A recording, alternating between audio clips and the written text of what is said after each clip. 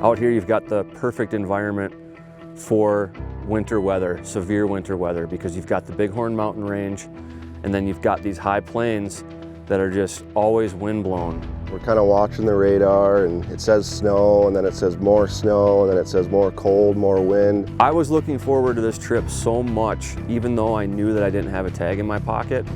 It's probably the only hunt I'm gonna do all year where I can just go along for the ride, and there's just something different and something really neat about being able to do that. Yeah, man, it worked out perfect. After everything we've gone through, to come here and kill on the first evening is unreal. 5:30 a.m. October 11, just about to roll out of Minnesota here. We're fully loaded down. Truck is packed to the gills. Questionable weather ahead of us in Wyoming, where we're going to be hunting pronghorn for the next 5 days, and it could be a rough one. US 16 west of Buffalo, the Powder River Pass is closed at this hour, and again I-90 between Sheridan and Buffalo, no unnecessary travel. I-25 south of Buffalo, slick and snowfall. We've been keeping a close eye on the weather for the last couple of days, and the trend is that it just seems to keep getting worse for the forecast. A week before we left, we started checking the weather and realized that it was going to be not ideal for camping.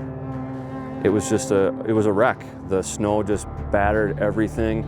The winds were high, the temperature dropped. It was just a recipe for disaster. The fact that we get out here and can't even leave, the city of Buffalo to get to our camping spot was just a curveball in itself.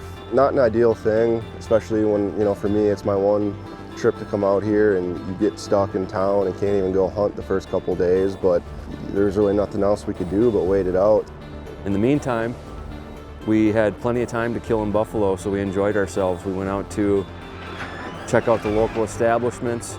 We stopped at one of the greatest sporting goods stores I've ever been to, and we even made some time to get out and catch some brown trout. I'm obsessed with trout fishing, so the first thing I did was hop online and see if there's any trout streams around, and of course it's Wyoming, so we were surrounded by them.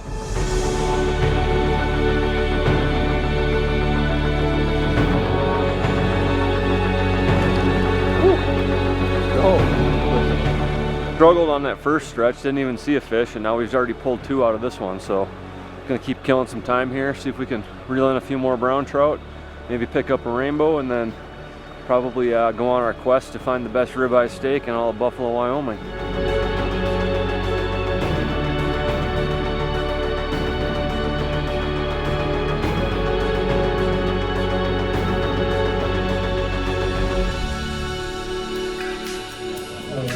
We found it. We found it. There's already a chance that you might not fill your tag on a hunt like this, but losing days like that, it really takes it out of you. You really start thinking about, is this gonna happen? Are we gonna be able to make it to our hunt or not? It's the real deal out here. I mean, these conditions are nothing to mess with when you got high winds, snow drifts, cold weather, recipe for disaster. We drove to a couple of areas, but the roads, you just couldn't get back there. So we actually stopped at a gas station so I could grab a soda. And by the time I got to the truck, Josh kind of is in the front seat and smirks at me and just shows me his phone, and roads were open. We must have packed up 2 days worth of a scattered mess from that hotel room in about 10 minutes, and we got on the road as fast as we could. It was such a relief to finally get to the ground where we were going to be hunting and be able to set up camp. We've been waiting days for this. We didn't even know at one point if it was even going to be possible. And I don't even think we were here for more than 10 minutes setting up camp, and Josh is already up glassing, Nick's over somewhere else glassing. We got the wind too, and there's a pile of them. I mean, a pile of them. We finally spotted a herd of antelope, probably about 20 to 30 animals, somewhere in the neighborhood of 8 bucks, a couple nice ones, right from camp. Pretty cool to see, but we're just out here. We got a couple hours left of daylight. Decided to see if we can make a move on them. Hopefully they're just up over this next ridge over here somewhere, but there's no telling where they went by now because they were moving, and these animals cover a lot of ground, so we're just gonna get out here and see if we can find them. The only clear way to get to them would have been from a compromising wind position. So they were sitting in a pretty good spot to survive, but we put together a plan where Jake and I would go try to put a stalk on them through a canyon on the other side of them, and then Nick would post up just in case we ended up bumping them. I guess you'd call it an antelope drive. And that's what ended up happening. I saw him going to the fence line there, and I just got this awful feeling in my stomach that it was over for that day. It was rough watching, and for some reason they just turned straight for me.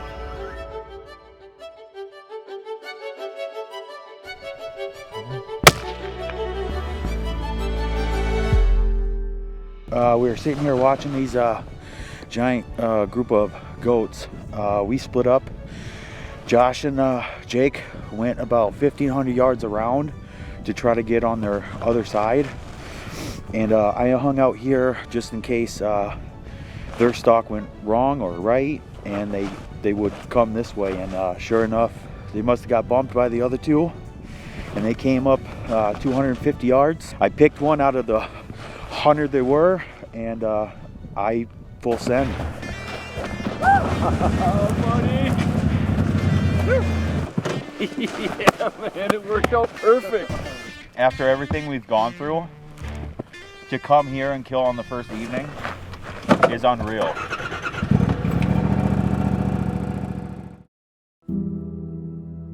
I literally woke up this morning, 5 minutes before I woke up, I had a dream that there were 3 pronghorn bucks behind camp. I'm not even kidding you. Well, there's 3 antelope behind camp. They're not all 3 bucks, so the dream didn't completely add up, but there is 1 buck, and he's a pretty nice buck. So I'm gonna sit here and watch through my spotting scope and see what unfolds here, but Jake's gonna go in for the stalk.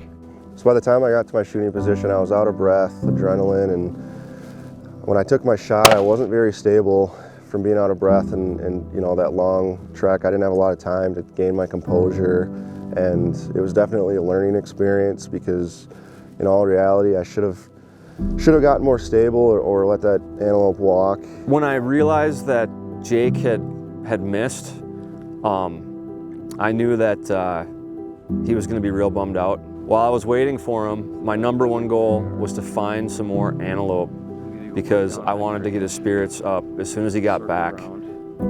So we relocated the herd from yesterday that Nick was able to take a buck out of. We're gonna use hunt stand to drop a pin where they're at, approach from downwind, just try to make the best of it.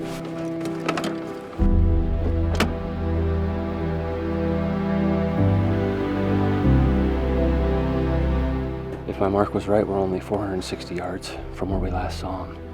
We're liable to get in range. So we get set up, get everything in a good position. I get the impulse ready, get my turret set to 300, and just kind of take everything nice and slow. There was no reason to rush it. The antelope were just grazing and had no idea we were there, and just squeezed that trigger, and next thing we know, we had an antelope on the ground.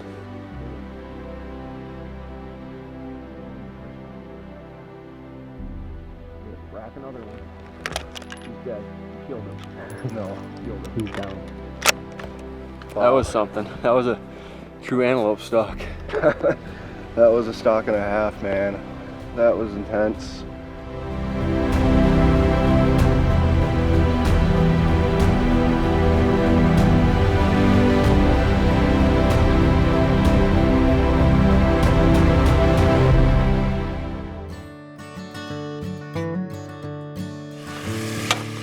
When I awake from my sleep and look out on the sun. Despite all the odds, still be able to get out here and hunt was a reward in itself. I'm more than pleased with what took place here this week, and I wouldn't trade anything for it.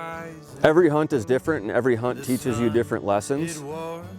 In this case, it was another lesson in being positive and just having a good outlook on things. And surrounding yourself with the type of people who you're going to be able to endure some tough situations with, because it doesn't always go as planned. It teaches you to be resilient, and it teaches you just to be patient and roll with the punches. And if you're able to do that, you're always going to have a much better hunt, and you're going to be proud to call yourself a hunter. I can't help myself to keep from smiling.